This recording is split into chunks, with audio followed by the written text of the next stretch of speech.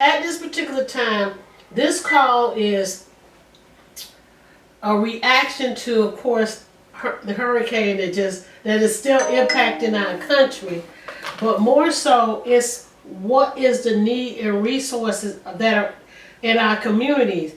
And so my concern is that there's organizations that are out there that's doing work, but we don't know how they're getting the information out to our communities, especially if some of us are without power, and or they're not linked to what we do. But Jan gave me a call, and then I filled out an application with Sun Smiles to get some resources coming our way.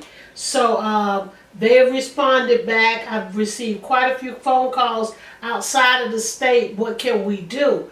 But it's great when people are contacting us to see what they can do, but it's more important that we all need to know region-wide what is our needs in our community. So we all know about Ola Vista, Pine Hills, Tangelo Park. We need to know about individuals who are still without power.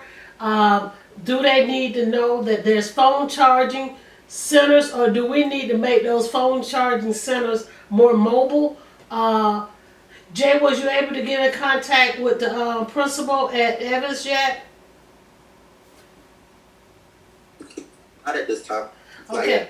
What we're trying to determine is what are the needs. Is it food, power, generators, solar power? What do they need? But right now, it's rescue for quite a few people, especially in the Ola Vista community. They're quite upset because they had 5 years to rectify that problem, and it was not rectified.